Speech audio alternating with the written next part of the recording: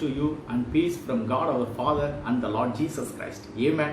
பிதாவாகிய தேவனாலும் கர்த்தராகிய இயேசு கிறிஸ்துவினாலும் உங்களுக்கு தேவ கிருபையும் தேவ சமாதானமும் உண்டாவதாக. பிரியமானவர்களே, இந்த காலை ஆராதனைக்கு வந்திருக்கிற உங்கள் யாவரையும் ஆண்டவராகிய இயேசு கிறிஸ்து நாமத்தினாலே உங்களை ஆசீர்வதித்து வரவேற்கிறேன். கர்த்தர் ஆராய்ந்து முடியாத பெரிய காரியங்களை செய்வார், பெரிய அதிசயங்களை செய்கிற தேவன். இன்றைக்கும் உங்களுக்கு அற்புதங்களையும் அதிசயங்களையும் ஆசீர்வாதத்தையும் அளிக்கிற தேவனாய் இருக்கிறார்.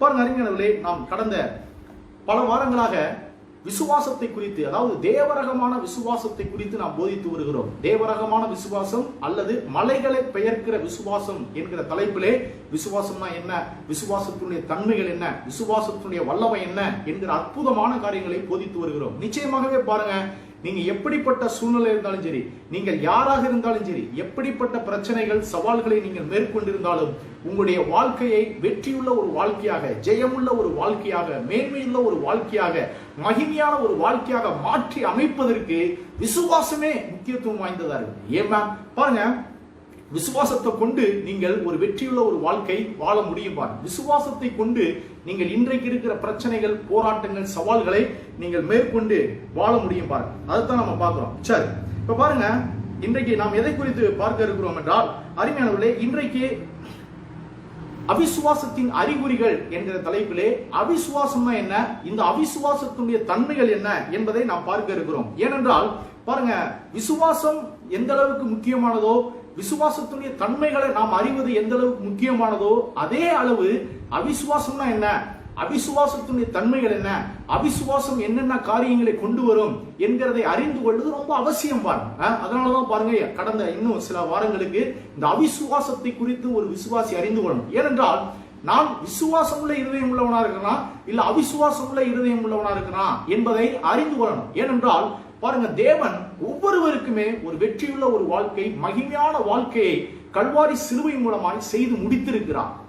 இன்றைக்கு ஒரு விசுவாசிக்கு தோல்வியுள்ள ஒரு வாழ்க்கை வாழவே முடியாது, தோல்வியுள்ள ஊழியத்தை செய்யவே முடியாது, தோல்வியுள்ள ஒரு குடும்பத்தை கட்டி அமைக்கவே முடியாது. காரணம், தேவன் கல்வாரி சிலுவை மூலமாய் எல்லாவற்றுக்கும் மேன்மையான மகிமையான ஒரு வாழ்க்கையை, நல்வாழ்வையை ஏற்படுத்தி வைத்திருக்கிறார். தேவன் அவர் செய்ய வேண்டியதை நமக்கு செஞ்சு முடிச்சிட்டார்.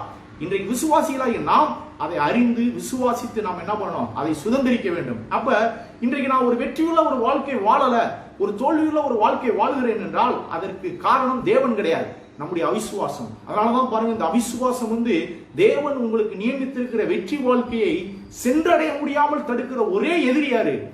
அவிசுவாசம். அதை நல்லா புரிஞ்சுக்கணும் பாருங்க. இன்றைக்கு அநேகர் என்ன நினைக்கிறாங்க, கர்த்தர் என்ன ஆசீர்வதிக்கல, கர்த்தர் என்ன உயர்த்தல, கர்த்தர் என்னுடைய ஜெபத்துக்கு பதில் தரல அப்படின்னு நினைக்கிறாங்க. கிடையவே கிடையாது. கர்த்தர் உங்களுக்கு வேண்டிய எல்லா நல்வாழ்வையும், உங்களுக்கு வேண்டிய நித்தியத்துக்கு வேண்டிய எல்லாவற்றையும் அவர் கல்வாரி சிலுவையிலே செய்து முடித்துட்டார். தேவன் உங்களுக்கு ஒரு வெற்றியுள்ள ஒரு வாழ்க்கையை வச்சுட்டார்.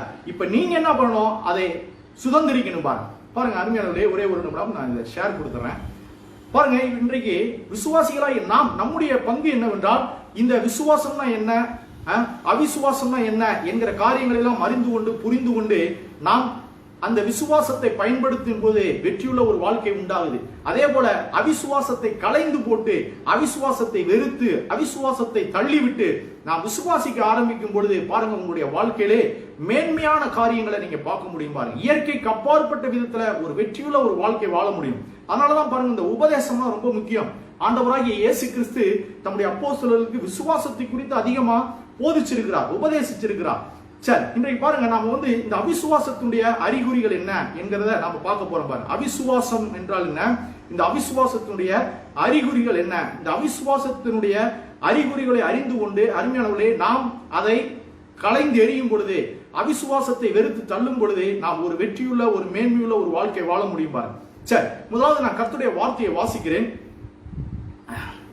மார்க்கு சுவிசேஷம் 11ஆம் அதிகாரம் எடுத்துக்கொள்ளுங்கள். மார்க்கு சுவிசேஷம் 11ஆம் அதிகாரம் 20 முதல் 24 வசனங்களை நான் வாசிக்கிறேன் பாருங்க. வாசிச்சுட்டு இன்றைக்கு நாம் இந்த அவிசுவாசம் என்றால் என்ன, அவிசுவாசத்தினுடைய அறிகுறிகள் என்ன என்பதை நாம் பார்க்க போகிறோம்.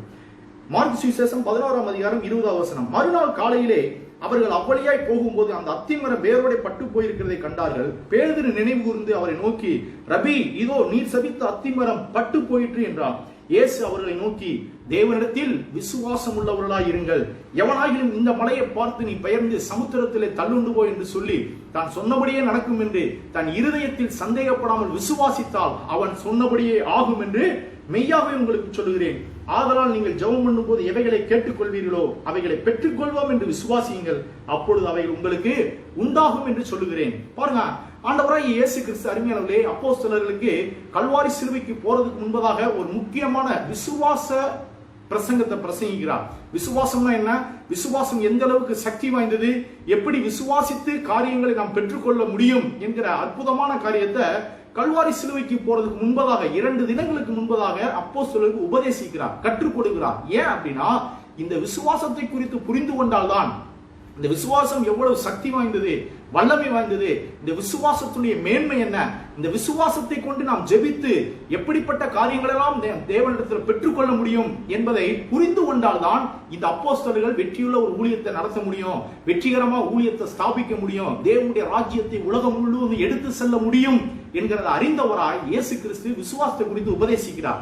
அப்ப பாருங்க, இன்றைக்கு விசுவாசிகளாய நாம் அருமையானவர்களே, நீங்கள் விசுவாசிகளா இருந்தாலும் சரி, விசுவாசிக்க முடியாத விசுவாசி இல்லாதவர்களாக வேற எந்த மதத்தை சேர்ந்தவர்களா இருந்தாலும் சரி, நான் உங்களுக்கு சொல்லுகிறேன், நீங்க ஒரு தோல்வியுள்ள ஒரு வாழ்க்கையில இருக்கிறீங்க, என் வாழ்க்கை ரொம்ப அடி ஆதாளத்துல இருக்குது, ஒரு வெற்றியுள்ள ஒரு ஜெயமுள்ள வாழ்க்கை வாழ முடியல, வாழ்க்கையில போராட்டங்களும் சஞ்சலங்களும் சவால்களுமா இருக்குது, பாவம் என்னை மேற்கொள்ளுகிறது, பாவத்தினுடைய அடிமைத்தனத்தை நான் மேற்கொள்ள முடியல, நான் ஜெயிக்கணும்னு விரும்புறேன், ஆனா என்னால வெற்றி பெற முடியல அப்படின்னு எண்ணிக்கொண்டிருந்தீர்களா, நான் உங்களுக்கு சொல்லுகிறேன், இன்றையிலிருந்து கர்த்தராகிய இயேசு கிறிஸ்துவை விசுவாசியுங்கள்.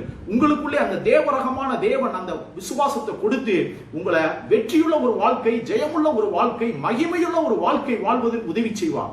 விசுவாசம் உங்களை தோல்வியிலிருந்து ஜெயத்தை கொண்டு வரும். ஏமா, விசுவாசம் உங்களுக்கு அவமானத்திலிருந்து மேன்மையை கொண்டு வரும். விசுவாசம் சிறியவனை புழுதியிலிருந்து எடுத்து எளியவனை குப்பையிலிருந்து உயர்த்துங்க. விசுவாச சக்தியால் முடியாதது எதுவுமே கிடையாது.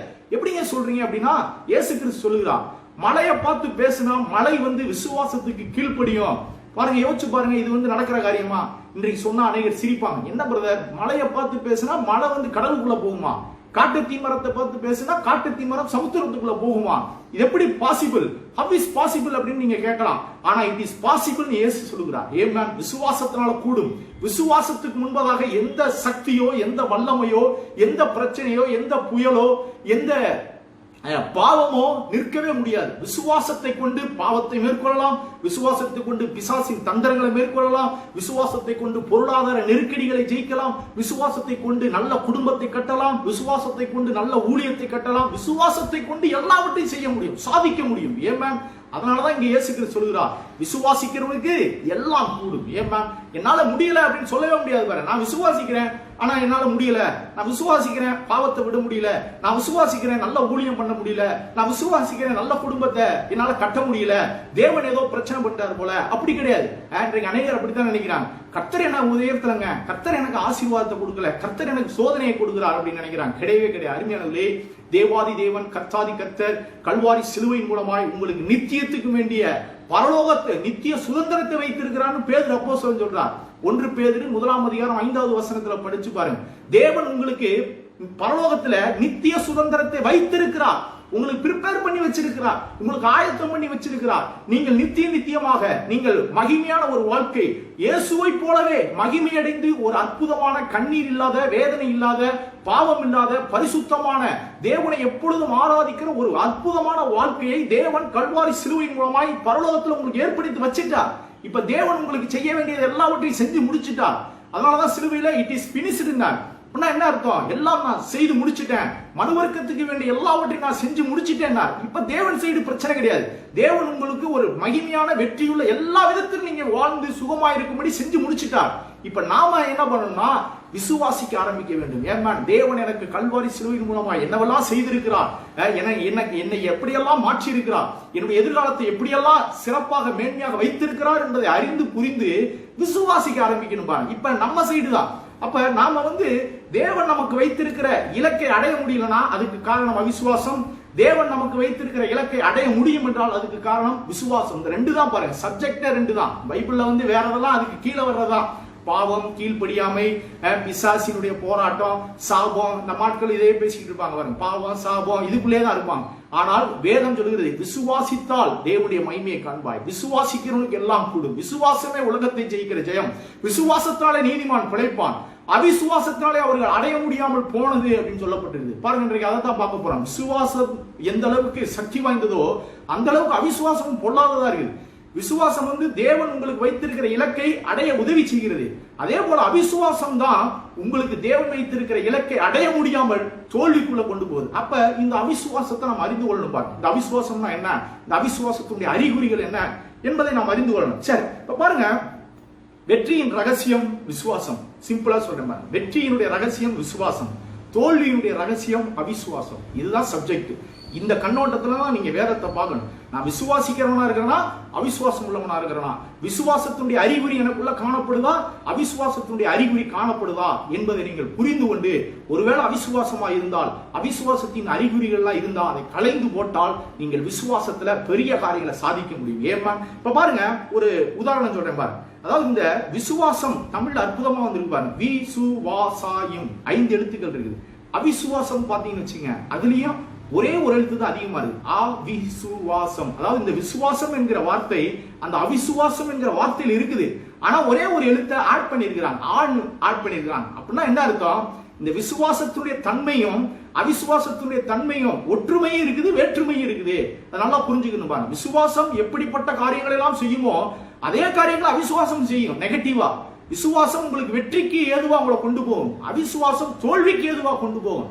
விசுவாசம் உங்களுக்கு பயத்தை மேற்கொண்டு உங்களுக்கு தைரியத்தை கொடுக்கும், அவிசுவாசம் பயத்தை கொண்டு கவலையை கொண்டு வரும். அப்ப பாருங்க, இந்த விசுவாசமும் அவிசுவாசம் தான் ஒரு விசுவாசியுடைய வாழ்க்கையில டாமினேட் பண்ணுது. அதை நல்லா புரிந்து கொள்ளணும் பாருங்க. சரி, இப்ப பாருங்க, நான் சில உதாரணம் சொன்னேன் பாருங்க. அதாவது அவிசுவாசத்துடைய அறிகுறிகளை நாம் புரிந்து கொள்ளணும். இந்த அவிசுவாசத்துக்கும் விசுவாசத்துக்கும் சின்ன சின்ன டிஃபரன்ஸ் தான் இருக்கு. அதனாலதான் அநேக விசுவாசிகள் ஆச்சரியப்படுறாங்க, கண்டுபிடிக்க முடியல. நான் விசுவாசத்துல வாழ்ந்து கொண்டிருக்கிறேன்னா அவிசுவாசத்துல வாழ்ந்து கொண்டிருக்கிறான். பாருங்க, இதுக்கு ஒரு உதாரணம் சொல்றேன் பாருங்க. பாருங்க, இந்த நல்ல நோட்டுக்கும் கள்ள நோட்டுக்கும் வித்தியாசத்தை கண்டுபிடிக்கிறது ரொம்ப கடினமான காரியமா இருக்கும். நீங்க நல்லா பாத்தீங்களா, பேங்க்ல போயிருந்தீங்களா, எஸ்பிஐ பேங்க் எல்லாம் வச்சிருப்பாங்க. கள்ள நோட்டை கண்டுபிடிப்பது எப்படி, கள்ள நோட்டு கண்டுபிடிக்கிறதுக்கான மார்க் என்ன அப்படின்றத போட்டோ போட்டே வச்சிருப்பாங்க. பாருங்க, ஒரு சில காரியங்கள் சொல்லுவேன். கள்ள நோட்டை எப்படி கண்டுபிடிக்கணும்னா, ஏன் அப்படி வச்சிருக்காங்கன்னா, நல்ல நோட்டு மாதிரியே இருக்கும் கள்ள நோட்டு. பாருங்க, இப்ப 100 ரூபாய் நல்ல நோட்டு இருக்குதுன்னா பாருங்க, 300 ரூபாய்க்கு எங்கேயாவது கள்ள நோட்டு அடிப்பானா? அடிக்கவே மாட்டான். 400 ரூபாய்க்கு கள்ள நோட்டு வராது, 600 ரூபாய்க்கு கள்ள நோட்டு வராது. ஏன்னா அது புழக்கத்திலே இல்ல. அதாவது கள்ள நோட்டு எப்படி இருக்கும்னா, ஒரிஜினல் நோட்டு எப்படி இருக்குதோ அதே மாதிரிதான் கள்ள நோட்டு இருக்கும். அதனாலதான் மக்களுக்கு நல்ல நோட்டுக்கும் கள்ள நோட்டுக்கும் வித்தியாசத்தை கண்டுபிடிக்க முடியல. அப்ப பேங்க்ல அதெல்லாம் சொல்லி கொடுக்குறாங்க. கள்ள நோட்டை எப்படி கண்டுபிடிக்கும்னா, நான் ஒரு சில காரியங்கள் சொல்றேன். கள்ள நோட்டை நீங்க அப்படியே இந்த சுரண்டி பார்த்தா ஈஸியா கண்டுபிடிச்சிடலாம். சுரண்டி பார்க்கும்போது நல்ல நோட்டு ரொம்ப வலுவலுன்னு இருக்கும், பெயிண்ட் வராது. அது நல்ல நோட்டா இருந்தா தான் அந்த பெயிண்ட்லாம் வராது. அது சுரண்டும் போது சும்மா ஷார்ப்பா இருக்கும். ஆனா கள்ள நோட்டை நீங்க சுரண்டினீங்கன்னு வச்சுங்க, அந்த பெயிண்ட் எல்லாம் வந்துடும். அது நொச நொசன்னு இருக்கும். அப்படி கண்டுபிடிச்சிடலான்றாங்க. ரெண்டாவது ஒரு சிம்பிள் ஐடியா என்னன்னா, நல்ல நோட்டை நீங்க கள்ள நோட்டை கசக்கி பாத்தீங்கன்னு வச்சுங்க, ஈஸியா கண்டுபிடிச்சுக்கலாம். என்னன்னா, கசக்குனா ஈஸியா அது என்ன ஆகும், பேப்பரா இருக்கிறதுனால கசங்கிடும். நல்ல நோட்டு அப்படி கசக்குனா ஈஸியா கசங்காது, ஏன்னா அது டெம்பரா இருக்கும். மூணாவது என்ன சொல்றாங்க, இந்த நோட்டை தூக்கி பார்த்தா அதுல காந்தி தாத்தா அந்த படம் இருக்கும், கள்ள நோட்டுல அது இருக்காது. இந்த மாதிரி நல்ல நோட்டு எது என்று கண்டுபிடிக்கிறதுக்கு, அதாவது கள்ள நோட்டை கண்டுபிடிக்கிறதுக்கு சில அறிகுறிகளை சொல்லித்தரான். அப்ப அதை நம்ம கண்டுபிடிச்சா தான் நாம தப்பிச்சு கொள்ள முடியும். அதே மாதிரி பாருங்க, கொரோனாவுக்கு சில அறிகுறிகள் சொல்றாங்க பாருங்க. கொரோனாவுக்கு ஆரம்ப அறிகுறிகள் என்னது? சளி வந்தா அது ஒரு அறிகுறியா இருக்கலாம், காய்ச்சல் வந்தா அது ஒரு அறிகுறியா இருக்கலாம், இருமல் அறிகுறியா இருக்கலாம். எனவே அறிகுறி இருக்கும் போதே நீங்க அதை களைந்து போட்டு நீங்க அதை ஆஸ்பத்திரியில போய் செக் பண்ணி அதுல இருந்து தப்பிச்சுக்குங்க அப்படின்றாங்க. அப்ப பாருங்க, அறிகுறிகளை கொண்டு நாம என்ன பண்ணலாம், புரிஞ்சுக்கலாம் நாம எந்த கட்டத்துல இருக்கிறோம். அப்ப அதே மாதிரிதான் பாருங்க, ஒரு விசுவாசியுடைய வாழ்க்கையில எனக்கு விசுவாச அறிகுறி இருக்குதா, அவிசுவாச அறிகுறி இருக்குதா, எப்படி நீங்க கண்டுபிடிப்பீங்க சொல்லுங்க பார்க்கலாம். அதை தான் நம்ம போதிச்சுட்டு வரோம் கடந்த பல வாரங்களாக. விசுவாசத்தினுடைய தன்மைகள் என்ன, விசுவாசம் எப்படிப்பட்ட தன்மைகளை உடையதுன்னு சொன்னேன்.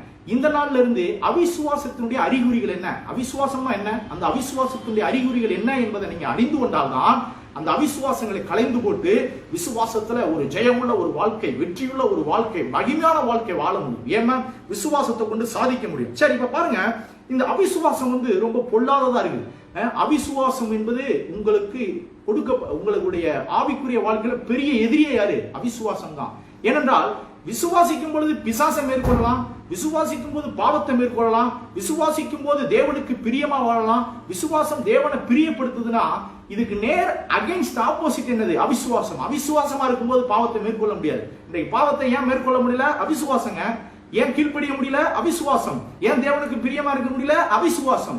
ஏன் பிசாசுடைய தந்திரங்களை எதிர்த்து நிற்க முடியல? அவிசுவாசம். புரிஞ்சுக்குங்க. விசுவாசிக்கும் போது தேவனை பிரியப்படுத்தலாம், விசுவாசிக்கும் போது பாவத்தையே மேற்கொள்ளலாம், விசுவாசிக்கும் பொழுது வெற்றியுள்ள ஒரு வாழ்க்கை வாழலாம். ஆனால் அவிசுவாசம் என்ன பண்ணும்? தேவனை பிரியப்படுத்தாது.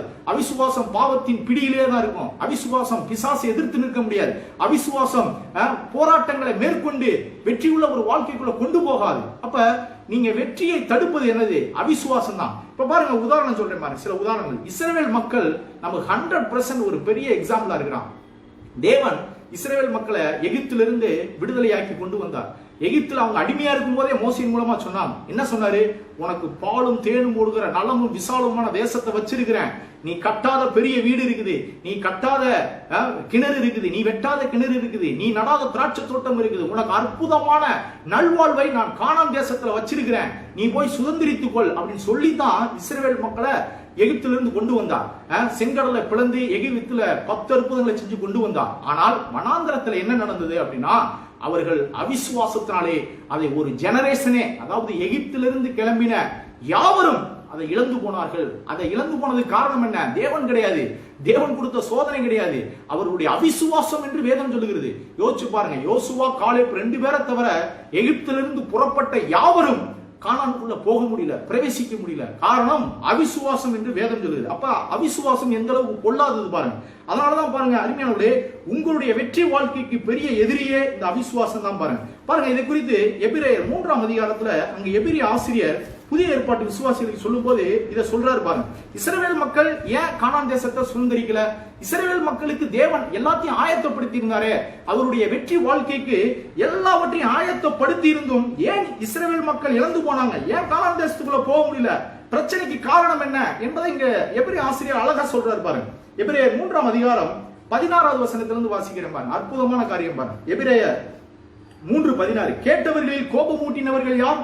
ஒரு கேள்வி கேட்கிறார் எபிரேய ஆசிரியர் அந்த யூதர்களை பார்த்து. கேட்டவர்கள் கோபமூட்டினவர்கள் யார்? மோசேயினால் எகிப்திலிருந்து புறப்பட்ட யாவரும் அப்படி செய்தார்கள் அல்லவா? மேலும் அவர் 40 வருஷமா யாரை ஆலோசித்தார்? பாவம் செய்தவர்கள் அல்லவா? அவருடைய சவங்கள் வனாந்தரத்தில் விழுந்து போயிற்றே, பின்னும் என்னுடைய இளைப்பாறுதலில் பிரவேசிப்பதில்லை என்று அவர் யாரை குறித்து ஆணையிட்டார்? கீழ்ப்படியாதவர்களை குறித்து அல்லவா? சில கேள்வியெல்லாம் கேட்கிறார். ஏன் இஸ்ரவேல் மக்கள் கானான் தேசத்துக்குள்ள போக முடியல? ஏன் வெற்றியுள்ள ஒரு வாழ்க்கை வாழ முடியல? ஏன் கானான் தேசத்துக்குள்ள சுதந்திரிக்க முடியல அப்படின்னா அவருடைய கீழ்ப்படியாமை, அவருடைய பாவம்லாம் சொல்லிட்டு இப்ப கன்க்ளூஷன் சொல்றாரு பாருங்க. இதுக்கெல்லாம் காரணம் என்ன அப்படின்றார் 19 எபிரேயர் 3. ஆதலால் therefore கன்க்ளூஷன் சொல்றார். என்ன பிரச்சனை? ஏன் இஸ்ரவேல் மக்கள் வெற்றியுள்ள ஒரு வாழ்க்கை வாழல? அவிசுவாசத்தினாலே அவர்கள் அதில் பிரவேசிக்க கூடாமல் போனார்கள் என்று பார்க்கிறோம். எப்படி சொல்றாரு பாருங்க, என்ன அற்புதமா போதிக்கிறார் பாருங்க. அதாவது கிறிஸ்தவர்களுக்கு எச்சரிக்கிறார். இஸ்ரவேல் மக்களுக்கு தேவன் பாலும் தேனும் ஓடுகிற நலமும் விசாலமான தேசத்தை ஏற்படுத்தி வச்சிருந்தோம், ஏன் அவர்கள் சுதந்திரிக்க முடியலையா? அவிசுவாசம், அன்பிலீஃப். தேவனை நம்பல, தேவனுடைய வார்த்தையை நம்பல, தேவனுடைய வாக்குத்தத்தத்தை நம்பல. தேவன் எனக்கு நல்வாழ்வை வச்சிருக்கிறார், கானானுக்குள்ள போனா நான் நல்லா இருப்பேன், கானானுக்குள்ள எனக்கு நான் கட்டாத வீடு, என்னால வெட்டாத கிணறு, நான் நடாத திராட்சை தோட்டம், ஒரு நல்வாழ்வு, ஒரு மகிமையான வாழ்வை தேவன் ஏற்படுத்தி வைத்திருக்கிறார் என்பதை அவர்கள் நம்பல, விசுவாசிக்கல. அதனால அவர்கள் உள்ள போக முடியல என்றார். வேற ஒண்ணும் கிடையாது. வேற யாரும் அவர்களை தடுக்கல, கையை பிடிக்கல, தேவன் அவர்களை நிராகரிக்கல, தேவன் சைடு எந்த பிரச்சனையும் இல்ல.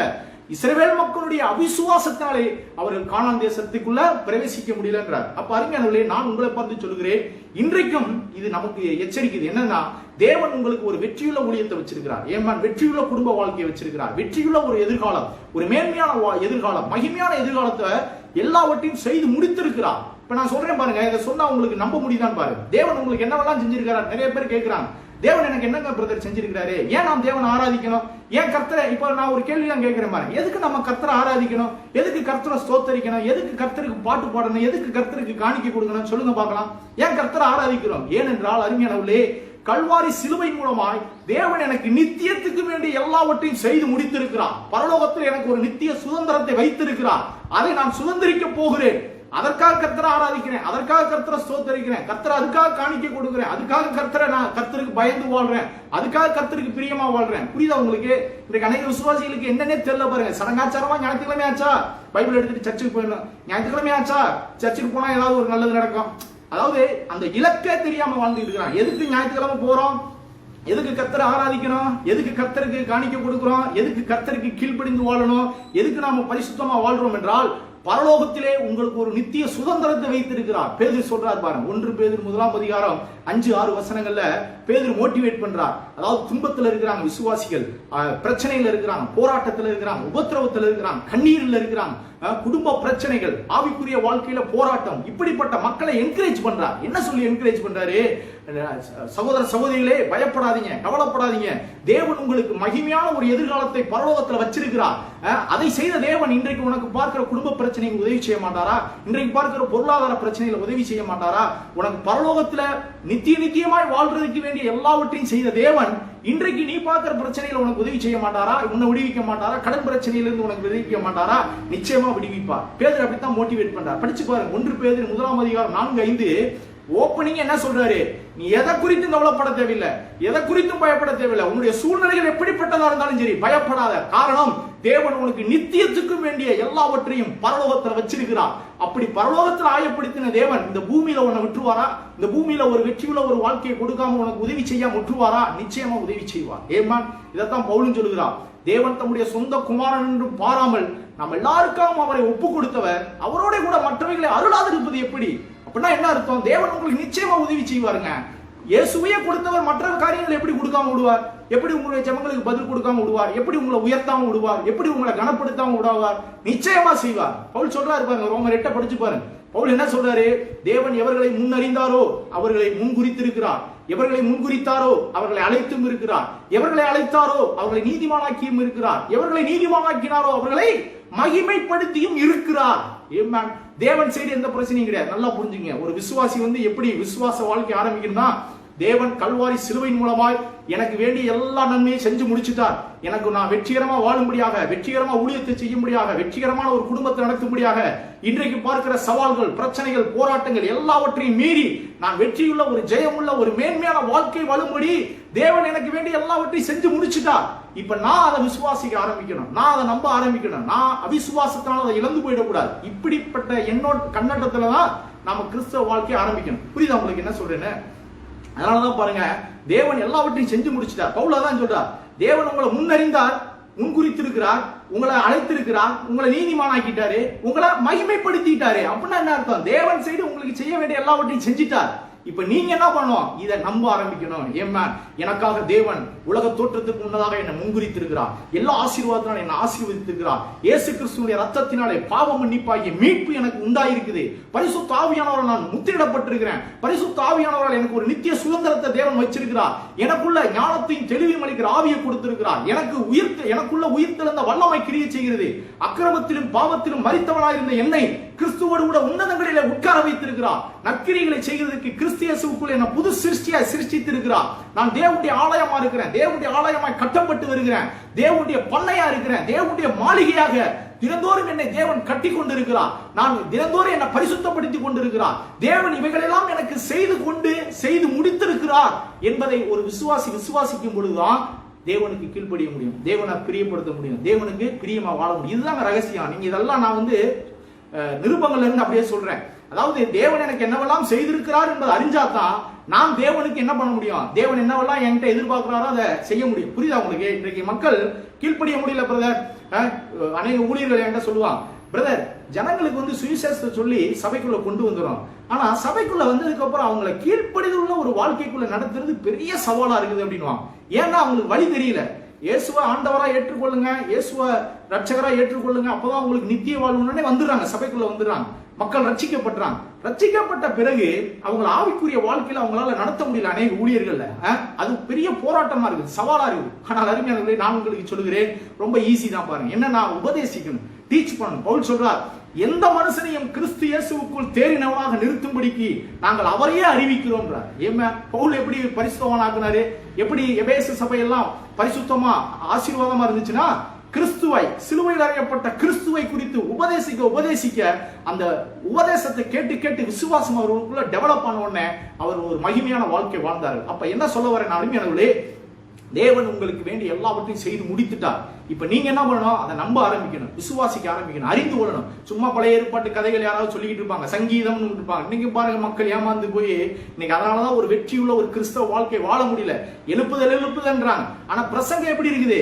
பிரசங்கம் எழுப்புற மாதிரி பிரசங்கம் கிடையாது. சங்கீதம், இன்னும் தாவீது கோலியாத்து, இன்னும் ஏசாயா எரேமியா இதுக்குள்ளே இருப்பாங்க. சிலுவையில தேவன் எல்லாவற்றையும் செஞ்சு முடிச்சுட்டார். உங்களுக்கு பேதுரு எப்படி சொல்றாரு பாருங்க. பேதுரு என்ன தாவீது கோலியாத்து கதையா பேசிக்கிட்டாரு? பேதுரு சொல்றாரு, பரலோகத்துல உங்களுக்கு மகிமையான சுதந்திரத்தை வைத்து விட்டார், உங்களுக்கு நித்தியத்துக்கும் உனக்கு வேண்டிய எல்லாவற்றையும் செஞ்சு முடிச்சுட்டார், எனவே நீ அவருக்கு கீழ்ப்படி, அவருக்கு பரிசுத்தமா இரு. இதுதான் கிறிஸ்துவ உபதேசம். சரி, அப்ப அருமையானவர்களே, நாம் என்ன பார்க்கணும் என்றால், இந்த இஸ்ரவேல் மக்கள் கானான் தேசத்துக்குள்ள போகாததுக்கு ஒரே காரணம் என்ன?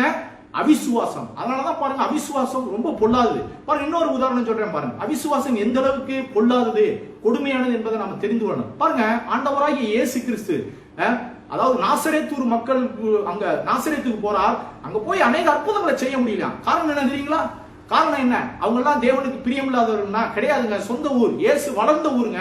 பொதுவாகவே பாருங்க, உலகத்துல இந்த எம்எல்ஏக்கள் எம்பி எல்லாம் பாத்தீங்கன்னா சொந்த தொகுதியில் அதிகமா பண்ணுவாங்க. மற்ற தொகுதிகளுக்கு செய்யறதை காட்டிலும் சொந்த தொகுதி சொந்த ஜனங்களுக்கு அதிகமா செய்வாங்க. அதான் உலகத்துடைய பிரின்சிபிள். ஏன்னா அவங்க மக்கள் மத்தியில நல்ல பேர் வாங்கணும், செல்வாக்கா இருந்தா நம்ம எப்பொழுதும் ஆளுகை செய்யலாம், ஆட்சி செய்யலாம்னு சொல்லிட்டு சொந்த ஊருக்கு தான் அதிகமா செய்வாங்க. அதுதான் அரசியல்.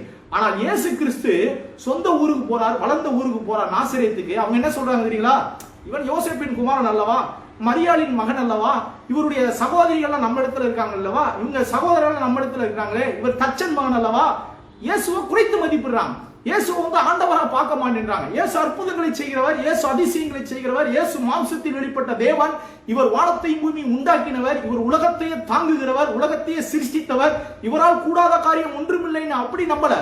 அவங்க என்ன பேசுறாங்க? நாசரேத்துக்காரங்க, இவர் இயேசு நமக்கு தெரியாதா, இவர் என்ன புதுசா பேசிட போறாரு, இவர் என்ன, இவர் தச்சன் மகன் தானே, மரியாதையுடைய மகன் தானே அப்படின்னு அவரை குறைத்து மதிப்பிடுகிறார்கள். அதனாலதான் அவர்களுடைய அவிசுவாசத்தினாலே இயேசுவாலேயே நாசரேத்துல என்ன பண்ண முடியல? அற்புதங்களை செய்ய முடியல, அதிசயங்களை செய்ய முடியலன்னு பார்க்கணும். யோசிச்சு பாருங்க, தேவன் வானாதி வானங்களை சிருஷ்டித்த தேவன் நாசரேத்துக்குள்ள வர்றதே ஒரு பெரிய ஆசீர்வாதம். ஆனா அங்க போயும் இந்த மக்களுடைய அவிசுவாசத்தினாலே பெரிய அற்புதங்களை செய்ய முடியலன்னா, அப்ப தேவனாலேயே செய்ய முடியாத ஒரு காரியம் என்ன? இந்த அவிசுவாசம் உள்ள மக்களுக்கு தேவனாலேயே அற்புதங்களை செய்ய முடியாது, அதிசயங்களை செய்ய முடியாது. யோசிச்சு பாருங்க. அப்ப எந்த அளவுக்கு அவிசுவாசம் பொல்லாதது பாருங்க. அதைத்தான் நம்ம பார்க்கணும், புரிஞ்சுக்கணும். சும்மா இல்ல, கிறிஸ்தவ வாழ்க்கையில எல்லாத்துக்கும் பலி மற்றவங்களும் சொல்லிட்டு போயிடக்கூடாது. எல்லாம் பிசாசு போராட்டம், ஒரே பிசாசு போராட்டம். சிலர் இப்படி சொல்லிட்டு போயிடுவாங்க, தேவன் என்ன சோதிக்கிறார் இப்படின்ட்டு போயிடுவாங்க. கிடையாதுங்க. நல்லா புரிஞ்சுக்கிடுங்க. நீங்க ஒரு வெற்றியுள்ள ஒரு வாழ்க்கை வாழணும், அது காரணம் என்ன? அவிசுவாசம். இயேசு கிறிஸ்து நாசரேத்துக்கு போய் அவங்க அநேக அற்புதங்களை செய்யல அப்படின்னா அது காரணம் என்ன? அவிசுவாசம் என்று வேதம் சொல்கிறது. சரி, அப்ப அருமையானவர்களே, அவிசுவாசம்னா என்ன? அதை நாம புரிஞ்சுக்கணும் பாருங்க. முதலாவது அவிசுவாசம்னா என்ன? ஏன்னா அநேகருக்கு நான் விசுவாசம் உள்ள ஜீவியம் வாழ்கிறேன்னா அவிசுவாசம் உள்ள ஜீவியம் வாழ்றேனானே தெரியாம இருக்கிறாங்க. அதனாலதான் பாருங்க, அநேகர் புதுசாவெல்லாம் கேட்கிறாங்க. எனவே இந்த அவிசுவாசம்னா என்ன பிரதர்? அதை நம்ம புரிஞ்சுக்கணும். விசுவாசம் என்ன? விசுவாசம் காணப்படாத தேவனுடைய வார்த்தைகளை நம்புகிறது. விசுவாசம் என்பது காணாத தேவனிடத்துல விசுவாசம் வைக்கிறது. அவிசுவாசம் என்னவென்றால் காண்கிறதை நம்புகிறது. பாருங்க, சின்ன சின்ன விஷயம்தான். அவிசுவாசம் என்பது என்னது? பார்க்கிறத நம்புது. அவிசுவாசம் என்பது என்னது? என் கண்ணுல என்ன பார்க்கிறேன், நான் என்ன தொடுறேன், என்ன ஃபீல் பண்றேன், அதை நம்புகிறது என்னது? அவிசுவாசம். இப்ப பாருங்க, இதுக்கு ஒரு உதாரணம், அற்புதமான உதாரணம். அவிசுவாசம்னா என்ன பிரதர்? அவிசுவாசத்தை நான் புரிஞ்சுக்கிறேன். ஏன்னா அவிசுவாசம்னா என்னன்னே தெரியாம அவிசுவாசத்துடைய அறிகுறிகளை நாம் புரிந்து கொள்ள முடியாது. பாருங்க, அவிசுவாசம் என்பதற்கு பாருங்க, நமக்கு வேதத்துல யோவான் 20ஆம் அதிகாரத்துல எல்லாருக்கும் தெரிஞ்ச எளிமையான ஒரு உதாரணம். ஆண்டவராய் இயேசு கிறிஸ்து மரித்து உயிரோடு எழுந்ததுக்கு அப்புறம் சீசர்களுக்கு தரிசனமாகிறார். சீசர்களுக்கு தரிசனமாகிறார். அப்படி தரிசனமாகும் போது அந்த இடத்துல தோமா இல்ல. தோமா இல்லாத போது பாருங்க, இந்த சீசர்கள் எல்லாம் தோமாட்ட சொல்றான், தோமாவே, நாங்கள் மகிமையின் கர்த்தரை கண்டோம், இயேசு கிறிஸ்து சொன்னது போலயே 3ஆம் நாள் உயிரோடு எழுந்துட்டார், நாங்க எங்க கண்களால பார்த்தோம், எங்களோடு பேசினார், எங்களுக்கு அப்பம் எல்லாம் கொடுத்தார், நாங்க சாப்பிட்டோம் அப்படின்னு. அதுக்கு தோமா என்ன சொல்லியிருக்கணும்? தோமா சொல்லியிருக்கணும், அப்படியா, மகிமையின் கர்த்தர் உயிரோடு எழுந்துட்டாரா, நீங்க பாத்தீங்களா, உண்மையிலேவா, சூப்பர் அப்படின்னு சொல்லியிருக்கணும். ஆனா அவர் அப்படி சொல்லல. அவர் என்ன சொல்றாரு தெரியுங்களா? தோமா, நீங்க ஏதோ சும்மா என்ன ஏமாத்த பாக்குறீங்க, ஜோக் பண்றீங்க அப்படின்ட்டு அவர் என்ன சொல்றாரு, நான் உங்களை மாதிரி கிடையாது, நான் இந்த கண்களால பார்க்கணும், அவருடைய காயங்களால் உண்டான, அதாவது ஆணிகளால் உண்டான காயத்தை நான் என் விரலை விட்டு பார்க்கணும், அவருடைய விழாவில் என் கையை போட்டாலுடைய நான் விசுவாசிக்க மாட்டேன் அப்படின்றார். பாத்தீங்களா, இதுதான் அவிசுவாசம். அவிசுவாசம்னா வேற ஒண்ணும் இல்ல, கண்ணில் பார்க்கணும். எனக்கு கண்ணில் இன்னைக்கு ஆண்டவர் அற்புதம் செஞ்சா நான் ஸ்தோத்திரம் பண்ணுவேன், இன்னைக்கு ஆண்டவர் எனக்கு சுகம் கொடுத்தா நான் அவரை துதிப்பேன், இன்றைக்கு ஆண்டவர் ஒரு அற்புதத்தை செஞ்சா நான் சந்தோஷமா இருப்பேன், இல்லாட்டி நான் கவலையிலே தான் இருப்பேன், நான் பிரச்சனையிலே தான். இன்னைக்கு பாருங்க, அநேக மக்கள் சொல்லுவாங்க பிரச்சனையா இருக்குது பிரதர், அப்புறம் பிரச்சனையா பிரச்சனையா இருக்குன்னு சொல்லாம எப்படி சொல்றது? கண்ணில் என்ன பாக்குறாங்களோ அதையே தான் பேசுவாங்க, குழம்பிக்கிட்டே இருப்பாங்க, முறுமுறுத்துக்கிட்டே இருப்பாங்க, இல்ல இல்லன்னு இல்லாததையே பேசிக்கிட்டு இருப்பாங்க. ஆனால் அருமையானவர்களே, அதுதான் அவிசுவாசம். அதாவது அவிசுவாசம் என்பது என்னது? நம்ம கண்கள்ல என்ன காண்கிறோம், என்ன யோசிக்கிறோம், நம்ம என்ன உணர்கிறோம் என்பதை பேசுவது, செயல்படுவதுதான் என்னது? அவிசுவாசம். இந்த தோமா சொல்றாரு, நான் என் கண்ணில் பார்க்கணும், நான் அவருடைய ஆணிகளால் உண்டான காயத்துல என் விரலை விடணும், அவருடைய விழாவில் என் கையை போட்டாலுடைய விசுவாசிக்க மாட்டேன்றார். அப்ப விசுவாசம், அவருடைய விசுவாசம் என்ன? நான் பார்த்ததுக்கு அப்புறம் நான் விசுவாசிப்பேன்றார். அதுதான் அவிசுவாசம். புரியுதா உங்களுக்கு? அவிசுவாசம்னா வேற ஒண்ணும் இல்ல, சின்ன சின்ன இதுதான் பாருங்க. அவிசுவாசம் என்பது என்ன? நான் பார்த்தா, எனக்கு ஒரு நல்லது நடந்தா நான் கர்த்தரை ஸ்தோத்திரிப்பேன், நான் நல்லது நடந்தா சர்ச்சுக்கு வருவேன், எனக்கு ஒரு அற்புதம் நடந்தா ஆண்டவரை விடுதலையோடு ஆராதிப்பேன். இன்றைக்கு அநேக விசுவாசிகள் அப்படித்தான் பாருங்க, அவிசுவாசத்துல இருக்கிறாங்க. ஆண்டவர் எனக்கு ஒன்றும் செய்யல பிரதர், என்ன பிரதர் செஞ்சாரு? கர்த்தர் எனக்கு இவ்வளவு பல காலமா நான் வந்திருக்கிறேன், பல காலமா ஊழியமும் செய்யறேன், கர்த்தர் எனக்கு என்ன செஞ்சிட்டார் அப்படின்னு நினைப்பாங்க. ஆனால் அருமையானவர்களே, விசுவாசம் என்பது என்னது? காணப்படாதவைகளை நம்புகிறது. ஏன் காணப்படாத தேவனுடைய வார்த்தையை நம்புவதுதான் விசுவாசம். அவிசுவாசம் என்பது என்னது? காண்கிறவைகளை நம்புகிறது. பாருங்க, அதை தான் நம்ம பார்க்கிறோம். அப்ப தோமா நான் பார்த்தா நம்புகின்றார். அதுக்கு தான் இயேசு கிறிஸ்து சொல்லுகிறார், தோமாவே நீ கண்டதினாலே விசுவாசிக்கிறாய். பாத்தீங்களா, விசுவாசிக்கிறாய் என்றாரு. அவிசுவாசம் என்பது ஒரு வகையான விசுவாசம் தான், ஆனா அது பார்த்த பிறகு வருவது. நீ கண்டதினாலே விசுவாசிக்கிறாய், காணாதிருந்து விசுவாசிக்கிறவர்கள் பாக்கியவான்கள் அப்படின்னு சொல்லிட்டு என்ன சொல்றாரு? தோமாவே அவிசுவாசியாயிராமல் விசுவாசியாயிருன்றார். அப்ப அவிசுவாசினா என்னது? கண்டதை பார்ப்பது. அதாவது நம்முடைய கண்கள்ல இன்றைக்கு இருக்கிற பிரச்சனைகள், இன்றைக்கு பிரச்சனை இருக்குதா, உடனே அவங்க சொல்ல ஆரம்பிச்சிருவாங்க விசுவாசிகள். ஒரே பிரச்சனை பிரதர், குடும்ப பிரச்சனை, வேலைக்கு போனா பிரச்சனை, தொழில ஒரே பிரச்சனை, பிரச்சனையை தான் பெருசா பாக்குறது. அதுதான் அவிசுவாசம். அதாவது கண்ணில் என்ன பாக்குறேன் அதுதான் எனக்கு பெருசா தெரியும். அவிசுவாசத்தினுடைய ஒரு பெரிய இது என்னன்னா, நான் பார்க்கிற விஷயங்களை பெருசா நினைக்கிறது, பார்க்காத தேவனுடைய வார்த்தையை மட்டுப்படுத்துறது. அதான் பாருங்க. அப்ப அறிஞர்களே, இதுதான் அவிசுவாசம். அவிசுவாசம் என்பது பிரச்சனைகளை பெருசா பாக்குறது இல்ல, கவலையை பெருசா பாக்குறது இல்ல, இன்றைக்கு பார்க்கிற சிச்சுவேஷன்ஸ் பெருசா பாக்குறது இல்ல. அதுதான் பாருங்க, அவிசுவாசம் என்பது அது அப்படித்தான் இருக்குது.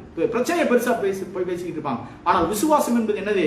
பிரச்சனை இருக்கலாம், போராட்டம் இருக்கலாம், துன்பம் இருக்கலாம், உபத்திரவம் இருக்கலாம், ஆனால் கர்த்தர் என் கூட இருக்கிறார், கர்த்தர் எனக்கு வாக்கு பண்ணி இருக்கிறார், கர்த்தர் என்னை உன்னதங்களை உட்கார வச்சிருக்கிறார், எனக்கு வேண்டி எல்லாவற்றையும் அவர் செய்து முடித்திருக்கிறார். இன்றைக்கு நான் குறைச்சல்ல இருக்கலாம், இன்றைக்கு தாழ்ச்சியில இருக்கலாம், இன்றைக்கு அவமானமான சூழ்நிலையில இருக்கலாம், ஆனால் நான் கர்த்தரை நம்புகிறேன். கர்த்தர் என்னை கீழாக்காமல் மேலாக்குவார், வாழாக்காமல் தலையாக்குவார். இன்னைக்கு இருக்கிற எப்படிப்பட்ட சவால்களையும் என்னால் வெற்றி கொள்ள முடியும். கர்த்தர் எனக்கு உதவி செய்வார், வானத்திலிருந்து எனக்கு உதவி வரும், பரிசுத்த ஆவியானவர் எனக்கு உதவி செய்கிறவர் என் கூட இருக்கிறார். நான் பயப்பட மாட்டேன், கவலைப்பட மாட்டேன், சோதனையில நான் மூழ்கிட மாட்டேன், நான் பிரச்சனையை பெருசா பேச மாட்டேன், கவலையை பெருசா பேச மாட்டேன். இன்றைக்கு இருக்கிற சூழ்நிலைகளை நான் பெருசா பார்க்காமல் கர்த்தருடைய வாக்குத்தத்தத்தை நோக்கி பார்க்கிறேன். கர்த்தர் நம்புகிறதுக்கு எதுவுமே இல்லாத சூழ்நிலை இருந்தாலும் நான் கர்த்தரை நம்புவேன். கர்த்தர் எனக்கு உதவி செய்ய வல்லவராய் இருக்கிறார். குமாரனையே கொடுத்தவர் எப்படி என்னுடைய ஜெபங்களுக்கு பதில் கொடுக்காம இருப்பார்? நிச்சயமா என்னை சிங்காசனத்திலே உட்கார வைத்த தேவன் எப்படி என்னை அவமானத்தில் விட்டுருவார்? என்னை எப்படி கைவிடுவார்? கைவிடவே மாட்டார். கர்த்தர் எனக்கு நிச்சயம் உதவி செய்வார், என்னுடைய சூழ்நிலையை மாற்றுவார், என் பிரச்சனைகளை மாற்றுவார், என் குடும்பத்தில் நல்ல காரியம் உண்டாகும், அற்புதம் உண்டாகும், என் ஊழியம் மேன்மைப்படும், நான் பெரிய காரியங்களை காண்பேன், என் வாழ்க்கையில உயர்ந்து நான் மேல வருவேன், எழும்புவேன், நான் ஜெயிப்பேன். அதுதான் விசுவாசம். ஏமா ஹalleluya, புரியுதா உங்களுக்கு? விசுவாசம் என்பது காணப்படாத, இன்றைக்கு இருக்கிற பிரச்சனைகளை பார்க்காம காணப்படாத தேவன் நமக்கு என்னவெல்லாம் செய்வார் என்பதை பார்க்கிறது. அவிசுவாசம் என்ன பண்ணுது? பிரச்சனையே பார்த்துட்டு இருக்குது, போக்கஸ். அதாவது ஒரு உதாரணம் என்னன்னா, இந்த ₹1 எடுத்துட்டு நீங்க ₹1 காயின் எடுத்தீங்களாக்கா, இந்த காயின் இப்படி தூரமா வச்சு பார்த்தீங்கன்னு வச்சுங்களேன், அந்த ₹1 காயினும் தெரியும், அதுக்கு பின்னாடி இருக்கிற விஷயங்களும் தெரியும். ஆனா அதே ₹1 இப்படி கண்ணுக்கு பக்கத்துல வச்சு பார்த்தீங்கன்னு வச்சுங்க, அந்த காயின் மட்டும் தான் தெரியும், பின்னாடி எதுவுமே தெரியாது. இதுதான் அவிசுவாசத்துடைய பார்வை. என்னது? கண்ணுக்கு பக்கத்துல பிரச்சனையை பெருசா பாக்குது. ஆனா விசுவாசம் என்பது என்னது? அப்படியே தூரமா பார்க்கும். பிரச்சனை இருக்குது, அதே பிரச்சனை தான், அதே காயின் தான், அப்படி கொண்டு போக சின்னதாயிடும். ஏனென்றால் கர்த்தர் பெரியவர், வானத்தையும் பூமியும் உண்டாக்கின தேவன், கல்வாரி சிலுவை மூலமாய் என்னை மகிமைப்படுத்தின தேவன், என்னை அழைத்த தேவன், என்னை எல்லா ஆசீர்வாதத்தாலும் ஆசீர்வதித்த தேவன், எனக்காக பாவ மன்னிப்புக்கு மீட்புக்காக கல்வாரி சிலுவையிலே இயேசுவினுடைய ரத்தத்தினாலே எனக்கு மீட்பை ஏற்படுத்தின தேவன், எனக்கு நித்திய சுதந்திரத்தை ஏற்படுத்தின தேவன், என்னை உன்னதங்களில் உட்கார வைத்த தேவன், என்னை புது சிருஷ்டியாய் உருவாக்கின தேவன் இன்றைக்கு உதவி செய்ய வல்லவராய் இருக்கிறார். இன்றைக்கு என்னை விடுவிப்பார், இன்றைக்கு என்னுடைய பொருளாதாரத்திலிருந்து என்னை உயர்த்துவார், கடன் பிரச்சனையிலிருந்து என்னை மாற்றுவார், குடும்ப பிரச்சனையிலிருந்து மாற்றுவார், என்னுடைய சவால்களிலிருந்து என்னை தப்பிக்கப்படும்படியாக சோதனைகளிலிருந்து எனக்கு உதவி செய்வார், சோதனைகளிலிருந்து தப்பிப்பதற்கு எனக்கு உதவி செய்வார். கர்த்தர் என்னை கைவிட மாட்டார். நான் கீழாகாமல் மேலாவேன், நான் மேன்மை அடைவேன், கர்த்தரின் மெய்ப்பராய் இருக்கிறார், நான் தாழ்ச்சி அடையேன். அப்படி பேசுகிறது என்னது? விசுவாசம். ஏமா புரியுதா உங்களுக்கு? அப்ப அருமையானவர்களே, அவிசுவாசம் கண்டு காண்கிறதை நம்புவது என்னது? அவிசுவாசம். ஆனால் விசுவாசம் காணாததை நம்புகிறது. சரி, இதுக்கு பாருங்க, இதுக்கு ஒரு அற்புதமான காரியங்களை நம்ம அதாவது அவிசுவாசம்னா என்னன்னு பார்த்தோம். அவிசுவாசம் என்பது கண்டு விசுவாசிப்பது, அதுதான் அவிசுவாசம். சரி, இதனுடைய அறிகுறிகள் என்ன? நான் சொல்லி முடிக்கிறேன் பாருங்க. இதனுடைய அறிகுறிகள் என்ன, அவிசுவாசத்தினுடைய அறிகுறிகள் என்ன என்பதை நான் சுருக்கமா சொல்றேன் பாருங்க. இன்னைக்கு பார்க்க ஆரம்பா ஒரு 7 அறிகுறிகள் இருக்குது. அவிசுவாசம், நான் விசுவாசத்துல இருக்கிறேனா அவிசுவாசத்துல இருக்கிறேனா? அப்ப அவிசுவாசத்துல இருக்கிறேன்னா அவிசுவாசத்தினுடைய அறிகுறிகள் என்ன? முதலாவது அறிகுறி என்னன்னா, கண்களில் காண்கிறதை பெரிதாய் பேசுகிறது அவிசுவாசம். அதாவது கண்ணில் என்ன பார்க்குதோ அதை பெருசா பேசணும். ரெண்டாவது பயப்படும். அவிசுவாசத்தினுடைய ஒரு பெரிய அறிகுறி மார்க் என்னது? பயம். மூணாவது என்னது? அவிசுவாசத்துடைய ஒரு அறிகுறி முறுமுறுப்பு மர்மரி. நான்காவது நெகட்டிவிசம், அதாவது தேவனுடைய வார்த்தைக்கு விரோதமாகவே பேசும் அவிசுவாசம். ஐந்தாவது அவிசுவாசம் மற்றவர்களை குறை சொல்லும். ஆறாவது பின்னோக்கி பார்க்கும் அவிசுவாசம், எப்பயுமே பழசையே பேசிக்கிட்டு இருக்காங்க, அதெல்லாம் அவிசுவாசத்துடைய அறிகுறிகள். அஞ்சாவது கர்த்தரின் கிரியைகளை மறந்து போயிடும் அவிசுவாசம். பாருங்க, இதெல்லாம் நான் விளக்கி சொல்றேன் பாருங்க. இதுக்கெல்லாம் உதாரணம் நீங்க யாத்ராகமத்துல நாம பார்க்கிறோம். இது வசனத்தின் அடிப்படையில் நான் இதெல்லாம் எடுத்திருக்கிறேன். யாத்ராகமம் 14ஆம் அதிகாரத்துல அங்க பார்த்தீங்கன்னாக்கா அந்த ஜனங்களுடைய அவிசுவாசத்தை நம்ம பார்க்கிறோம். நாங்க பாருங்க, சுருக்கமா சொல்றேன் பாருங்க. யாத்ராகமம் 14ஆம் அதிகாரத்துல நீங்க பார்த்தீங்கன்னா தேவன் இஸ்ரவேல் மக்களை எகிப்துல 10 அற்புதங்களை செஞ்சு அற்புத விதமாய் அவர்களை விடுதலையாக்கி கொண்டு வந்தார். இப்ப வனாந்திரத்துல வந்துகிட்டு இருக்காங்க. வந்துகிட்டு இருக்கும்போது பாருங்க, முன்னாடி செங்கடல், பின்னாடி பார்த்தா பார்வோனும் அவனுடைய சேனைகளும் இந்த இஸ்ரவேல் மக்களை அழிக்கும்படியாக விரட்டி வந்துகிட்டு இருக்குது. இப்ப என்ன நடக்குதுன்னா, இந்த இஸ்ரவேல் மக்கள் அந்த 10 அற்புதங்களை மறந்துட்டாங்க, கர்த்தர் கொடுத்த வாக்குத்தத்தத்தை மறந்துட்டாங்க. இப்ப என்ன பண்றாங்க? இவங்களுடைய அவிசுவாசத்தினுடைய அறிகுறிகள் எல்லாமே இங்க தெரியுது பாருங்க. என்னன்னா, இவர்கள் பார்க்கிறதை பிரச்சனைய பெருசா பேசுறாங்க. இவங்க என்ன அன்னைக்கு அப்ப என்ன நடக்குதோ அதை பெருசா பாக்குறாங்க. பாருங்க, நான் வாசிக்கிறேன் பாருங்க. வாசிச்சுட்டு சில காரியங்களை நான் சொல்றேன் பாருங்க. யாத்ராகமம் 14ஆம் அதிகாரம் 10வது வசனத்தை வாசிக்கிறேன் பாருங்க. யாத்ராகமம் 14:10. அதாவது இஸ்ரவேல் மக்கள் செங்கடலுக்கு முன்பதாக இருக்காங்க, பின்னாடி பார்வோனும் அவருடைய சேனைகளும் துரத்தி வருது. அப்ப பாருங்க என்ன நடக்குதுன்னா, பார்வோன் சமீபத்து வருகிற போது இஸ்ரவேல் புத்திரர் தங்கள் கண்களை ஏறெடுத்து பார்த்து, பாத்தீங்களா, இந்த கண்கள் மாமிச கண்கள்ல ஏறெடுத்து பாக்குறாங்க. பார்த்தா பார்வோனும் அவருடைய சேனைகளும் பயங்கரமா வந்துகிட்டு இருக்குது. எகிப்தியர் தங்களுக்கு பின்னே வருகிறதை கண்டு, பாத்தீங்களா, பாக்குறாங்க.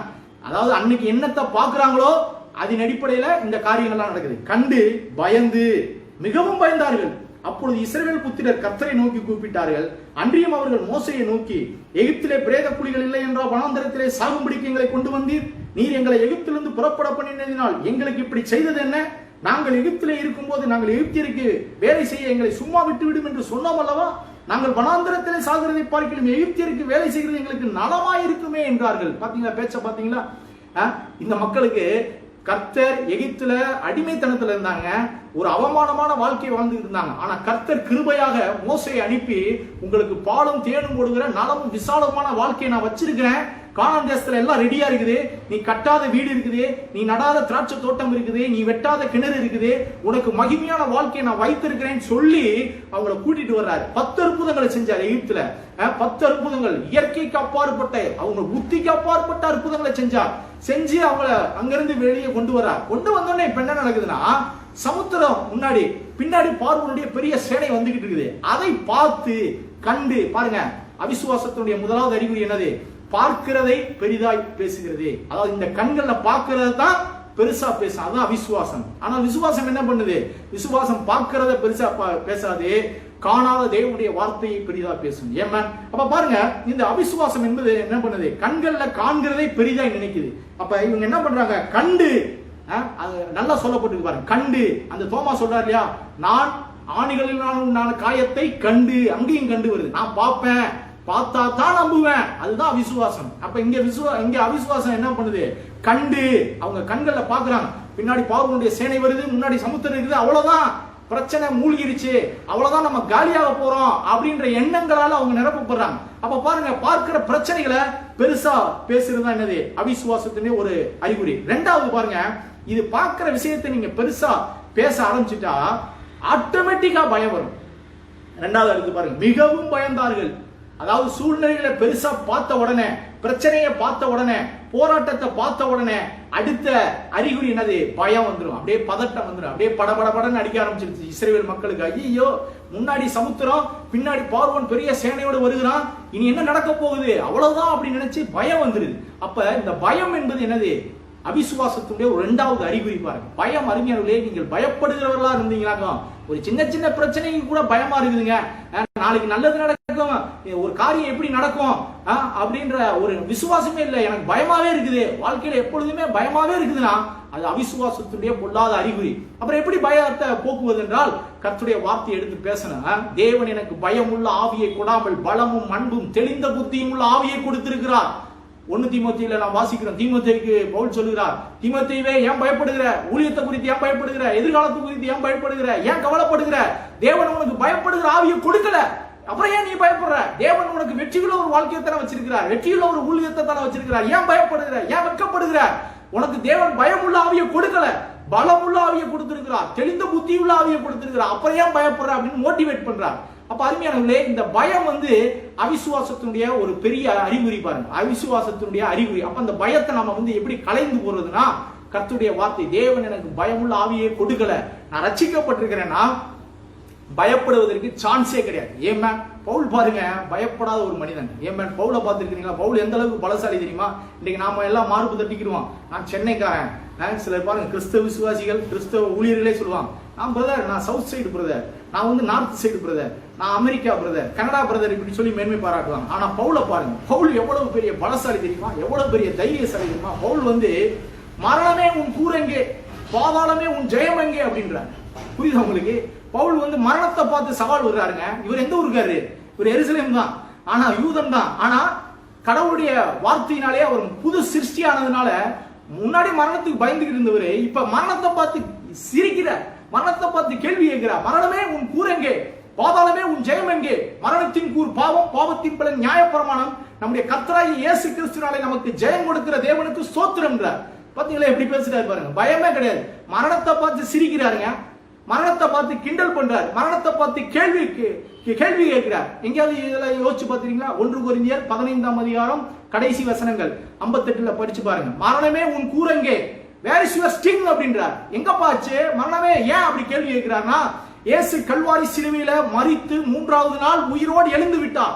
தேவன் இயேசுவை உயிரோடு எழுப்பினார் என்றால் என்னையும் உயிரோடு எழுப்புவார். இப்பொழுது எனக்கு மரணத்தின் மீது அதிகாரம் கிடையாது, மரணத்தின் மீது எனக்கு ஆளுகை கிடையாது, மரணத்திலிருந்து நான் விடுதலையாக்கப்பட்டிருக்கிறேன். உனக்கு அதிகாரம் இல்ல, உன்னுடைய கூர் ஒடிஞ்சு போச்சு, நீ ஒரு மொன்ன கத்தி அப்படின்றார். என்ன ஒரு தைரியம் பாரு, பயப்படுறாரு அவரு? பயமே கிடையாது. இதுதான் விசுவாசி. இதே இந்த கண்டிஷன்ல தான் ஒவ்வொரு விசுவாசியும் இருக்கிறார்கள். ஏமேன் எந்த சூழ்நிலை கண்டு பயப்பட வேண்டிய அவசியமே கிடையாது. ஏமேன் ஏனென்றால் புது சிருஷ்டி, தேவ ஆவியானவர் நமக்குள்ள இருக்கிறார், உங்களுக்குள்ள இருக்கிறார். அப்ப பாருங்க அருமையானவர்களே, விசுவாசம் எப்படி பேசுது பாருங்க, எந்த சூழ்நிலையும் பயப்படாது. சங்கீதம் 112 நான் வாசிக்கிறோம், அவன் என்றென்றைக்கும் அசைக்கப்படாது இருப்பான், நீதிமான் நித்திய கீர்த்தியுள்ளவன், துர்ச்செய்தியை கேட்கிறதுனால் பயப்படான். துர்ச்செய்தியை கேட்கும் போது என்ன பண்ண மாட்டான்? நான் விசுவாசிக்கிறேன், பயப்பட மாட்டான். ஏமேன் பயப்படாதீங்க, எந்த சூழ்நிலையும் பயப்படாதீங்க. காரணம், தேவன் உண்மையுள்ள தேவன் உங்களோடு இருக்கிறார். உங்களுக்கு வேண்டி எல்லாவற்றையும் செஞ்சு முடிச்சுட்டாருங்க. நீங்க வெற்றி, நீங்க சக்சஸ்ஃபுல் லைஃபா வாழ்ந்துட்டீங்க. இப்ப அதை என்ன பண்ணணும்? டெமான்ஸ்ட்ரேட் பண்ணணும். தேவன் உங்களுக்கு வெற்றி உள்ள வாழ்க்கை என்று உங்களுக்கு என்ன பண்ணிட்டாரு? எழுதிட்டார். பேதுரு அப்படித்தான் ஆரம்பிக்கிறார், உங்களுக்கு பரலோகத்தில் நித்திய சுதந்திரத்தை ஏற்படுத்திட்டார். நீங்க பரலோகத்துக்குரியவங்க. பவுல் சொல்றாரு இல்லையா, நம்முடைய சுதந்திரம், என்னுடைய குடியிருப்பு பரலோகத்தில் இருக்குன்றார், என்னுடைய சிட்டிசன்ஷிப் ஹெவன்ல இருக்குன்றார். பூமியில தான் இருக்கிறாரு, ஆனா என்ன சொல்றாரு? நான் பரலோகத்துக்கு சொந்தமானவன் என்றார். எப்படி போக்கஸ் பாருங்க. ஏனென்றால் தேவன் எல்லாவற்றையும் செஞ்சு முடிச்சுட்டார். அப்ப நீங்க பயப்பட வேண்டிய அவசியம் இல்லை. இன்றைக்கு இருக்கிற பிரச்சனைகளை பார்த்துட்டு, இன்றைக்கு இருக்கிற போராட்டத்தை பார்த்துட்டு, கர்த்தர் எனக்கு ஏன் இந்த சோதனை அனுப்புறார், கர்த்தர் ஏன் இந்த பிரச்சனையை அனுமதிச்சார், இந்த மாதிரி கேள்விகளை நான் எடுத்து போட்டுட்டு நான் ஒன்றுக்கும் பயப்பட மாட்டேன். கர்த்தர் எனக்கு வேண்டிய எல்லாவற்றையும் செய்து முடித்துட்டார். நான் வெற்றியுள்ள ஒரு வாழ்க்கை வாழும்படியாக, சமாதானம் உள்ள ஒரு வாழ்க்கை வாழும்படியாக, மேன்மையான வாழ்க்கை வாழும்படியாக, எல்லா சவால்கள் போராட்டங்களை எல்லாம் ஜெயிக்கும்படியாக விசுவாசத்தை எனக்கு கொடுத்திருக்கிறார். மலைகளை பெயர்க்கிற விசுவாசம் எனக்குள்ள இருக்குது. நான் அந்த விசுவாசத்தை கொண்டு வெற்றியுள்ள ஒரு வாழ்க்கை வாழ்வேன். கர்த்தர் எனக்கு உதவி செய்வார். இன்றைக்கு நான் பார்க்கிற பிரச்சனையிலிருந்து நான் வெளியே வருவேன். கர்த்தர் எனக்கு விடுவிப்பார், கர்த்தர் எனக்கு உயர்த்துவார் என்று நீங்க பேச ஆரம்பிக்கணும். ஏன்? அப்ப பாருங்க, அவிசுவாசம் பயத்தை கொண்டு வருது. அவிசுவாசத்தினுடைய ஒரு பெரிய அறிகுறி என்னது? பயம். ஆனால் விசுவாசம் என்ன பண்ணுது? பயமே பயப்படாது. ஏன்? விசுவாசிக்கிறவர்கள் பதட்டம் அடைய மாட்டாங்க. விசுவாசிக்கிறவங்க எந்த சூழ்நிலையும் பயப்பட மாட்டாங்க. இயேசுவை பாருங்க, கல்வாரி சிலுவையில பயந்தாரா?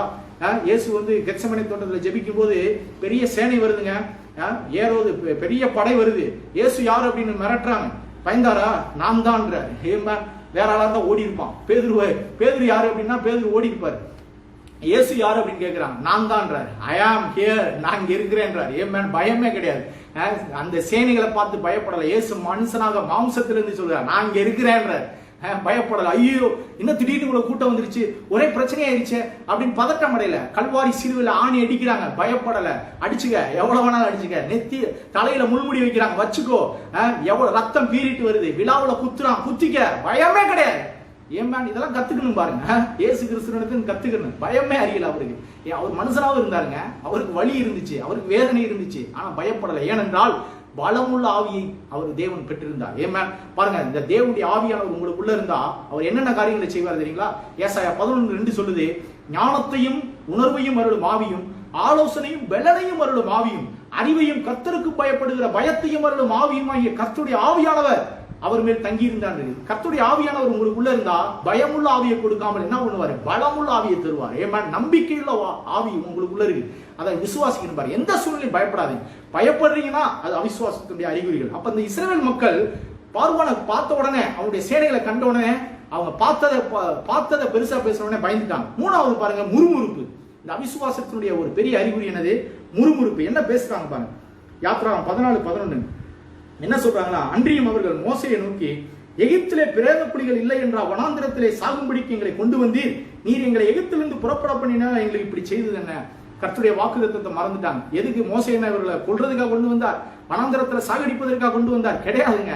இஸ்ரவேல் மக்களை ஏன் எகிப்துல தேவன் 10 அற்புதங்களை செஞ்சு கொண்டு வந்தார்? பாலும் தேனும் ஓடுகிற ஒரு நல்ல வாழ்க்கை வாழும்படியாக, வெற்றியுள்ள ஒரு வாழ்க்கை, மகிமையுள்ள ஒரு வாழ்க்கை, கனமுள்ள வாழ்க்கை. அடிமையா இருந்தாங்க, கேவலமான ஒரு வாழ்க்கை வாழ்ந்துகிட்டு இருந்தாங்க. ஆபிரகாமுடைய சந்ததியார் அந்த கேவலமான வாழ்க்கையிலிருந்து அவர்களை விடுவித்து ஒரு மகிமையான மேன்மையான வாழ்க்கை வாழும்படியாக தேவன் ஒரு திட்டத்தை சொல்லி கூட்டிட்டு வந்து இருக்கிறாரு. இவங்க பிரச்சனையை பெருசா பார்த்த உடனே, பார்வோனையும் சேனைகளையும் பார்த்த உடனே என்ன சொல்லிட்டாங்க? மோசே, நாங்க அங்க செத்து இருந்தாலே நலமா இருக்குமே, இங்க வனாந்தரத்துல சாகருக்கா கொண்டு வந்த, இங்க நாங்க செத்தா கேவலமா இருக்குமே, எகிப்திலே செத்திருப்போமே அப்படின்னு முறுமுறுக்கிறாங்க. பாருங்க, இந்த முறுமுறுப்பு அவிசுவாசத்தினுடைய ஒரு பொல்லாத ஒரு அறிகுறி. பாருங்க, முறுமுறுக்க கூடாது.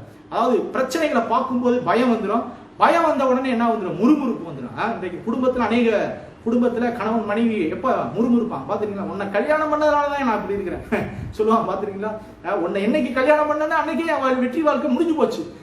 நிறைய பேர் என்ன சொல்லுவாங்க? ஊழியத்துக்கு வந்த பிரதர், வாழ்க்கை அவ்வளவுதான் பிரதர், ஒரே உபத்திரவம், ஒரே போராட்டம், ஒரே சஞ்சலம், இப்படி முறுமுறுத்துக்கிட்டு இருப்பாங்க. கிடையாதுங்க, முறுமுறுப்பே இருக்கக்கூடாது. முறுமுறுப்பு அவிசுவாசத்துடைய ஒரு அறிகுறி. ஆனால் அருமையானவர்களே, எந்த சூழ்நிலையிலும் விசுவாசத்தை பேசணும். ஏன்? கர்த்தர் எனக்கு வெற்றியுள்ள ஒரு வாழ்க்கை வாய்த்திருக்கிறார். கர்த்தர் எனக்கு வேண்டிய எல்லாவற்றை கொண்டும் எல்லாவற்றையும் என்னை நிரப்பி இருக்கிறார். நான் கிறிஸ்துவுக்குள் பூரணமா இருக்கிறேன். கர்த்தர் எனக்கு ஜெயமுள்ள ஒரு வாழ்க்கையை தான் வைத்திருக்கிறார். இன்றைக்கு என் சூழ்நிலை இப்படி இருக்கலாம், இன்றைக்கு போராட்டம் பெருசா இருக்கலாம், இன்றைக்கு சவால்கள் பெருசா இருக்கலாம், இன்றைக்கு நான் ஒண்ணும் இல்லாம இருக்கலாம்.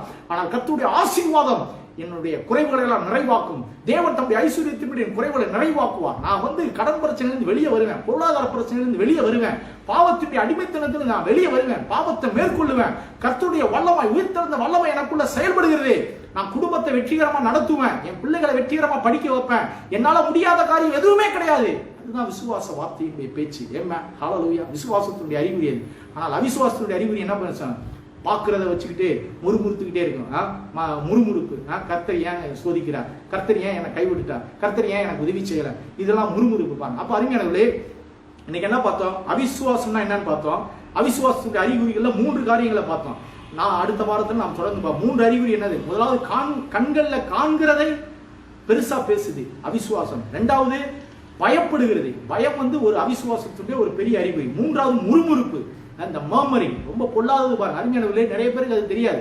விபச்சாரம் பண்றது தப்புன்னு தெரியும் விசுவாசிக்கு, ஆனா முறுமுறுக்கிறது தப்புன்னே நிறைய பேருக்கு தெரிய மாட்டேங்குது. முறுமுறுப்புனா என்னது? புலம்புறது, துணத்துணன் பேசிக்கிட்டே இருக்கிறது, தேவையில்லாத அவிசுவாச வார்த்தைகளை பேசுறது. அதனால் வனாந்தரத்துல செத்து போனார்கள் இருக்கு 1 கொரிந்தியர் 10. தேவனுக்கு பிடிக்காததுங்க. விபச்சாரத்தை தேவன் எந்த அளவுக்கு வெறுக்கிறாரோ, விக்கிரக ஆராதனை எந்த அளவுக்கு வெறுக்கிறாரோ, அதே அளவுக்கு முறுமுறுப்பையும் தேவன் வெறுக்கிறார். நல்லா புரிஞ்சுக்கிடுங்க. வாயில என்னத்தையாவது பேசுறது, நினைச்சதை பேசுறது, நினைச்சதை பேசுறது. கோபம் வந்துச்சுன்னு வச்சுங்க, சிலர்லாம் நினைச்சதபடி கண்டபடி பேசுவாங்க. ஏன்னா ஒண்ணு என்ன பேசுறதுனால என்ன ஆகுதுன்னு நினைக்கிறாங்க. அருமையானவர்களே, முறுமுறுப்பு தேவனுக்கு கோபத்தை கொண்டு வரும். முறுமுறுப்பு வந்து அவிசுவாசத்துக்கு ஒரு பொல்லாத அறிகுறி. அருமையானவர்களே, நான் தொடர்ந்து அடுத்த வாரம் நான் இந்த அவிசுவாசத்துடைய அறிகுறிகளை பார்ப்போம். நேரமாயிட்டு. அருமையானவர்களே, இந்த யாத்ரா 14ஆம் அதிகாரத்தெல்லாம் படிச்சு பாருங்க. இந்த இஸ்ரவேல் மக்கள் அந்த பார்வோனை பார்த்த உடனே அதை பெருசா பாக்குறாங்க, அது அவிசுவாசத்துடைய அறிகுறி. இரண்டாவது பயம், அது அவிசுவாசத்துடைய அறிகுறி. மூன்றாவது முறுமுறுப்பு, அப்படியே மோசே எதுக்கு நீ எங்களை கொண்டு வந்த அப்படின்னு சொல்லிட்டு புலம்ப ஆரம்பிச்சிடாங்க. இதெல்லாம் இருக்கக்கூடாது பாருங்க. இப்படி நீங்க இப்படிப்பட்ட காரியங்களை செய்கிறவர்களா இருந்தா இதெல்லாம் கலைந்து போடுங்க. கண்ணில் பார்க்கறத பெருசா பேசாதீங்க, பிரச்சனைகளை பெருசா பேசாதீங்க, சூழ்நிலைகளை பெருசா பேசாதீங்க. கர்த்தர் உங்களுக்கு ஏற்படுத்தின நல்ல வாழ்க்கையை பாருங்க. கல்வாரி சிலுவையின் மூலமா நீங்கள் எல்லாவற்றை கொண்டும் எல்லாவற்றையும் நிரப்பப்பட்டு இருக்கிறீர்கள். அதை எண்ணி பாருங்க. இப்ப எண்ணுங்க, தேவன் என்ன நிரப்பி இருக்கிறார், என்ன பரிபூர்ணப்படுத்தி இருக்கிறார், நித்தியத்துக்கு வேண்டிய எல்லாவற்றையும் அவர் செய்து முடித்திருக்கிறார். எனக்கு வந்து பரலோகத்தில் நித்திய சுதந்திரம் உண்டாயிருக்கிறது. நான் அதை நோக்கி டிராவல் பண்ணிக்கிட்டு இருக்கிறேன். எனக்கு எண்டே வந்து வெற்றிகரமான வாழ்க்கையை வச்சிருக்கிறார். இன்னைக்கு நான் தோத்துருவேனா? எப்படிங்க தோக்க முடியும்? தேவனுடைய திட்டத்திலிருந்து, அதுதான் பவுல் கேட்கிறார், தேவன் நம்முடைய பட்சத்தில் இருந்தால் நமக்கு விரோதமா இருப்பவன் யார்? தேவன் உங்களுக்கு ஒரு வெற்றியுள்ள பரலோக வாழ்க்கையை வச்சிருக்கிறார். அதுல நீங்க டிராவல் பண்ணிக்கிறீங்கன்னா இந்த டிராவலை தடுக்கிறதுக்கு எவன் இருக்கிறான்னு கேட்கிறார்.